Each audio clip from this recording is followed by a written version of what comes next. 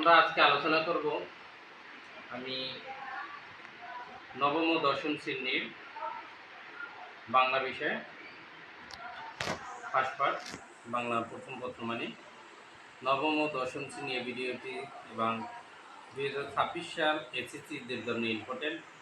আমরা বিশেষ করে কবিতা অংশ জীবন বিনিময় গোলাম মোস্তফা জীবন বিনিময় কবিতা থেকে আমরা আলোচনা করব। গোলাম মোস্তফা যশোর জেলায় শৈলকুপা থানার মনোহরপুর গ্রামে 1897 সালে জন্মগ্রহণ করেন। তিনি কলকাতায় রিপন কলেজ থেকে বিএ পাশ করেন। তিনি বিভিন্ন সরকারি বিদ্যালয়ে প্রধান শিক্ষক পদে চাকরি করেন, কিন্তু সে আরও অবদান রেখেছেন কাব্যচর্চার ক্ষেত্র। ইসলামী ঐতিহ্য থেকে তিনি প্রেরণা লাভ করেছিলেন। তার প্রকাশিত কাব্য রক্ত রাগ। তিনি 1964 সালে মৃত্যুবরণ করেন। আমরা কবির বিষয় পরিচিতি এটি জানলে আমাদের হবে।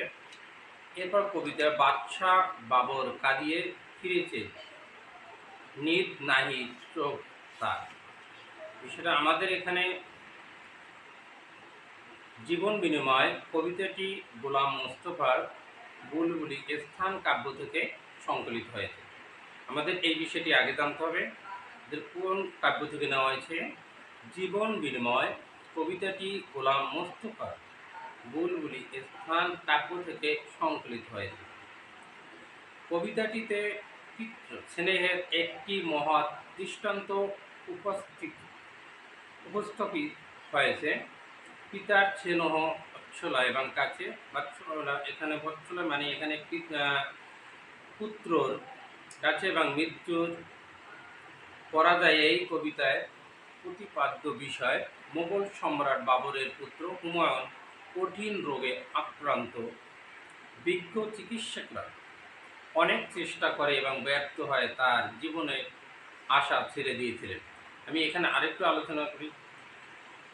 বাদশাহ হুমায়ুন তার ছেলে অসুস্থতা তার কাছে পীড়া দিয়েছিল এবং মনে তার অনেক কষ্ট আবেগ অনুভূতি হয়েছিল এবং ছেলের মুক্তির জন্য সে রাজ এবং বাসীকে সকলকে ওজা মানে আমরা কবিরাজ, ডাক্তার, জ্ঞানী গুণী পণ্ডিত সকল চিকিৎসকের পরামর্শ নিয়ে সে বৈঠক বা একটি মিটিং করেছিল তার ছেলে কীভাবে মুক্তি পেতে পারে।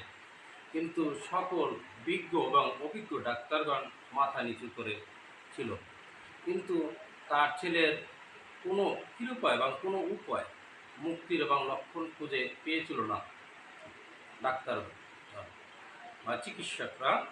তখন সে নিরুপায় হয়ে মন পূর্ণ হয়ে বসেছিল। হঠাৎ মানে সাডেনলি বা হঠাৎ আপনার যেটাই ব্যবহার করেন, একজন দরবেশ আসলো, তাকে বলল, আপনি যদি আপনার প্রিয় সম্পদ, সবচেয়ে মূল্যবান সম্পদ আপনি দান করে দিতে পারেন, তাহলে আপনার ছেলে হয়তো আরোগ্য পেতে পারে। তখন বাদশাহ বাবর চিন্তা করে গেলেন, বাদশাহ হুমায়ুন চিন্তা করে গেলেন সে কি করতে পারে এবং তার কাছে সবচেয়ে মূল্যবান সম্পদ আছে কি। তখন সে চিন্তা করলেন যে হ্যাঁ, আমার কাছে সবচেয়ে মূল্যবান সম্পদ টাকা পয়সা ধন সম্পত্তি কিছুই নয়, আমার জীবন। তখন সে তার নিজের জীবন আলিঙ্গন করে দিলেন যে আমার আল্লাহ, তুমি আমার জীবন নিয়ে যাও, আমার ছেলেকে মুক্ত করো। তখন আল্লাহ তার ডাক এবং শুনে নিলেন, আল্লাহ এবং কবুল করে নিলেন। বাদশাহ তখন অসুস্থ বোধ করলেন, বাদশাহ পরলোক গমন করলেন, পুত্র রোগ থেকে মুক্তি পেলেন এবং জেগে উঠলেন। এখান থেকে আমাদের শুধু এই কবিতাটার থেকে আমাদের শিক্ষার বিষয় একটি আছে। শিক্ষার বিষয় হলো পিতা তার ছেলের জন্য মুক্তির জন্য নিজের জীবন দিয়ে দিলেন আলিঙ্গন করে আল্লাহর কাছে এবং এই সপক্ষে তার ছেলে মুক্তি পেলেন, কিন্তু আমাদেরও পিতামাতা যখন বিরুদ্ধ হয়ে যাবে, অবশ্যই আমাদের পিতামাতা তখন বিরুদ্ধ হয়ে তখন তারা কিন্তু ছেলে বা ছোট বাচ্চার মতো হয়ে যাবে।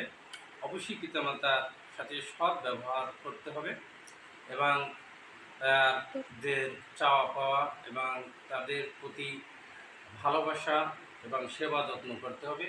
এটি সাড়ে নজরুল। আপনারা বিশেষ করে এই বিষয়টা যদি জানতে পারেন, যে কোনো প্রশ্ন সমাধান করতে পারবেন। Thank you.